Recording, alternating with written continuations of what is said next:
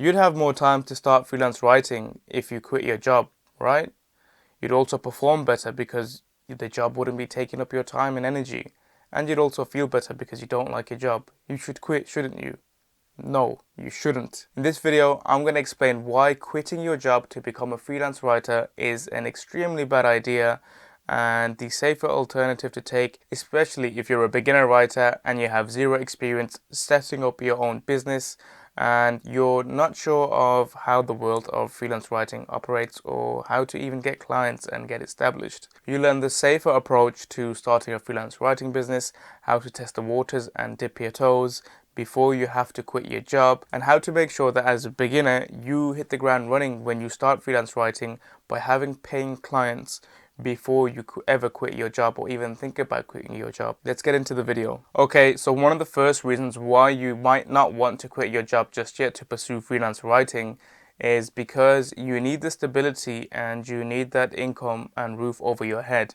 Yes, it sounds pretty simple, but you'd be surprised at the amount of people who are thinking of or even just go ahead and quit their jobs without a backup plan in place or without even validating their business idea or the next thing that they're going to do. If you're relying on the income from your job and you have no savings, it's a pretty bad idea to just go ahead and quit for something that you're not experienced in and you haven't established yourself in.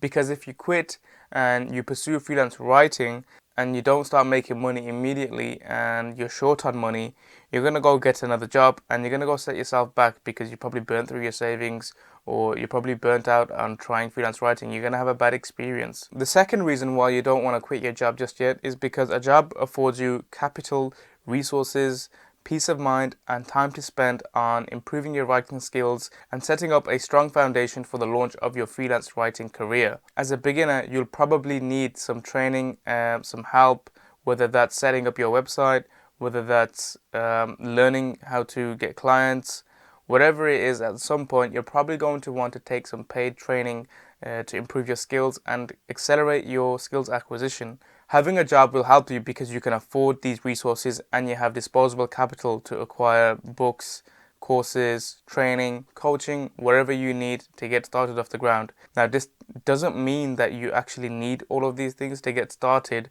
but you're probably going to want at least one of them. You're probably going to want to buy a book, buy some training on writing, spend time with a coach to show you the ropes. I'm in strong support of investing in knowledge, investing in yourself and educating yourself because from personal experience, I thought I could do things myself when I started, but I made a weak attempt of getting things up off the ground. My writing wasn't as good as it should have been. My portfolio wasn't as strong as I assumed that it was. And all these things weren't clear to me until I actually entered a freelance writing course, engaged with other students, saw the students' results, and went through course material to see what you should actually be doing as a freelance writer, what the expectations are, and what the standards are really, and how to achieve those standards and go above them when needed to secure clients. So those are things I learned from investing in knowledge and investing in courses. And I've spent thousands over the years just doing that, and I've definitely reaped the rewards from it, and I continue to do so today. So learning never ends, but as a freelance writer, if you're in the early stages of your career, you need that help, you need that support, and it also acts as motivation because you're seeing what's possible. So I'd highly suggest staying in your job if it means you can invest into courses and knowledge. Again, this doesn't apply if you have a ton of savings, which most people don't, but if you do have a ton of savings and you can like not work for a year or something, and you can spend a year just trying to get things off the ground, go for it. So another reason why you shouldn't quit your job just yet is because you want to have options when it comes to selecting the clients that you want to work with. This means that yes, you're probably going to have to take some clients that you don't want to work with at the start to build your portfolio, but it means that you don't get taken advantage of at this stage, that you know what you're doing without being taken advantage of. Yeah, you'll pick a client that's not ideal for you just yet, but you know that this is building your portfolio versus working for like $3 to $4 a blog post or a piece for Content Mill. This is a hamster wheel that you do not want to enter because once you're relying on something like that for money, You're just going to be burnt out because you're going to have to write dozens of articles per day, and it's going to tire you out and you're not going to earn much. So this is why sticking to your job at the beginning is a good thing. Luckily, thanks to the courses I took and the information I read up beforehand, I knew that working with content mills was a big mistake and I'd end up in a weird cycle and basically spin my wheels. So I opted not to accept any kind of gigs from content mills. Instead, I worked with clients who resembled the future clients that I wanted to work with, and the pay was significantly better too.